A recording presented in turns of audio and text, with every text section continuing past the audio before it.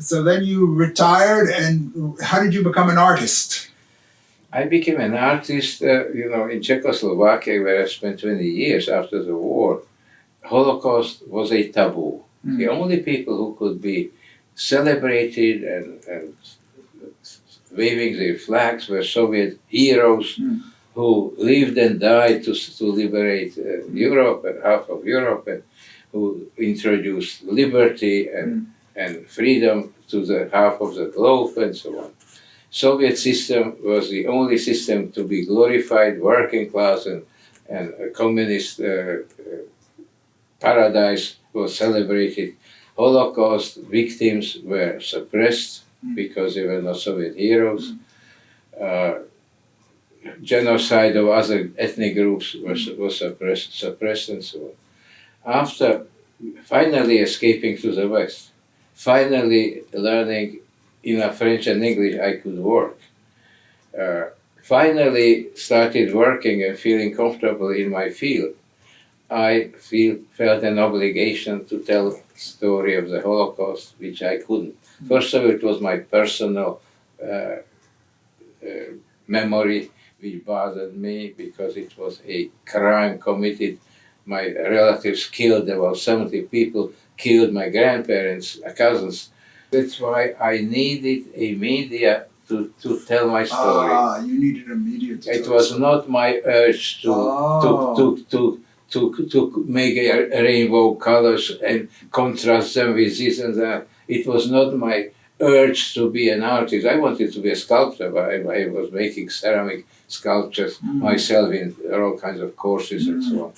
But it was not an urge to become an artist. It was an urge to tell my story. What I already knew everything about art from my brother who studied art at the university.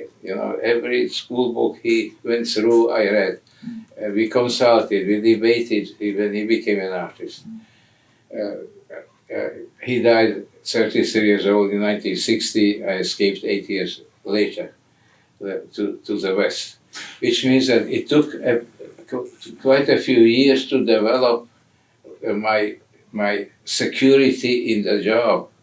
When I started telling my story, I needed art to tell my story fully. I brought you a painting, that one. This one here? Yeah. I lived in Philadelphia and we had a neighbor. It was a huge complex, apartment complex, hundreds of apartments. But this here is your first painting? And it was a guy who came to me saying, Tibor, I take course, I'm an artist and I go to a public place where in a community center we paint, and you pay some little money and you get a brush and paint, and you have a canvas. I said, I can buy a canvas. I bought this canvas and he took me to that school.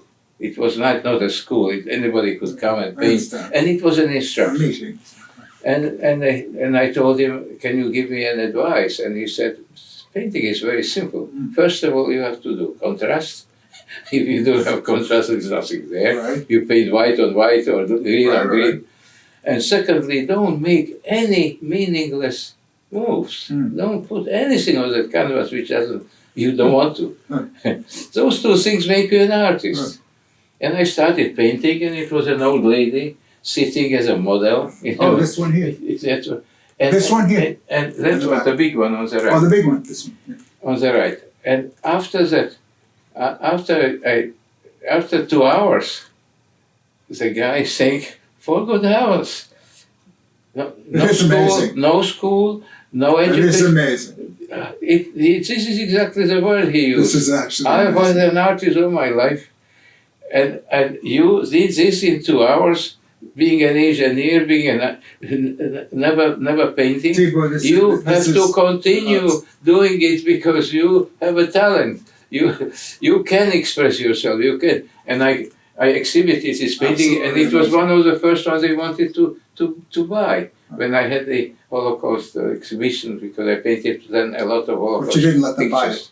No, it's still here, and I pulled it out for you to see. It's amazing.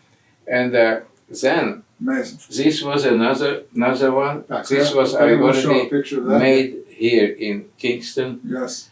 I wanted to tell my story, and it's called 1945, 1985. It was 1985 where I wrote down story of my life. I started writing it, as you see on the right hand side, without writing it, like before or making the lines. And I started writing it, and at the end of it, I said, we cannot undo that, good people, good Christians, with good intentions, killed all my relatives and wiped them out, and I survived by a miracle. Would you let me at least be sad sometimes and paint pictures like this occasionally when my sadness reaches a level of breakdown? These are last. And then I painted that picture on the left-hand side, the frustrated face. And people saw my paintings and asked for permission to exhibit them, and I exhibited them. And what made me an artist really is this picture on the one because it was positioned a little higher. Yes. It was here in Muncie, Spring Valley, 1993, an exhibition I had about 40 paintings.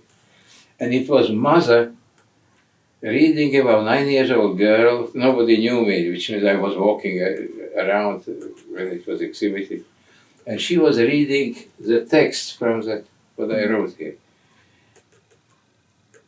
She was reading it because it was a position higher, girl couldn't read it. And the girl was listening and crying. And the mother continued reading it. And the girl continued crying. And I stood next to it and watching it. And I said, I am going to use this medium because this is going to... This is your voice. This is my voice. This is a message. This is a way, media, I can use to transfer my message. And ever since I painted hundreds, I'm not saying dozens, hundreds of paintings. Hundreds. You are Hundreds. prolific. Absolutely prolific. I make a picture like that in 2 hours. 2 hours. 2 hours, and then I correct it in a few more hours. And I was just correcting it. Absolutely amazing. And there's 3 paintings. Those 3, not those. This one, that one here somewhere, and this one are still wet. Yes. Because I can do it very quickly because I have no patience. And it's a unique place. I had exhibition in Prague in the Jewish Museum, which was designed to be a museum of extinct race by Hitler. He decided the Prague ghetto, he would have a medium of the museum of an extinct race of Jewish people. And I had an exhibition, and this style, those dots, those blobs, yes. I call them blobs, Yes. blobism, I invented a new style. Was in Prague, was a professor he was art historian, saying that Impressionists missed a next step. Yes. Where they would paint even a face with those dots. And they were not able to do it, and the Cubism took over, Picasso took over, Braque and so on. And he's saying after 150 years, a guy from America came and continued in Impressionism history, and that, which art history missed completely. And I see a face, it was more deformed than this one. They were really dots, and this is more civilized, this is resembling realism. That was almost beyond recognition, but it was a recognizable face, and he praised me as some kind of a history. And my paintings made it into books, his book of art historian, and made it in another book. I prepared them for you to. So Tibor, thank you so much, and this interview could go on and will go on because I will be back. Wonderful. We have to Yeah, we have to do a piece on your art and the full expression of it. But thank you so much for being on Common. It has been an absolute. It has been just a delight to hear your road, and there's so much depth to explore. I mean, we've been going at this for several hours now, and I could see this going on for many more hours. And the more you explore, the more there is, you know. So anyway, it's my kind of perception, but thank you again. It's been an absolutely enlightening hope your journey. perception is right, because I'm always right. Like you, I'm always right. because all I wanted from my life is to leave a message of that tremendous injustice what happened. Yeah. And I see people who would not believe that it happened, or would not believe that it could happen again, and Which we of might. course it can. I might live long enough to wait the next disaster, So which you have is to- terrible. Yeah. Which means I'm working on giving lectures and spreading, through Spreading of media the message that it could happen, and if you don't fight back, it will happen. it will happen. It is no way to, like, you have to force material into liquid form and Yeah. freeze it, what is glass, Mhm. which happens naturally sometimes as well. But if you don't do it, all crystallizes and the material is all around us crystals. You have to go and do something about it to force it into an unnatural state. Well, hopefully this is Peace and yeah. love are unnatural Yeah. states on this planet, and Yeah, it seems so. rare commodities, and if we don't press them, Yeah. and we don't press peace, it will continue, and It will perpetual continue. wars and killings will continue, because this is unfortunately nature.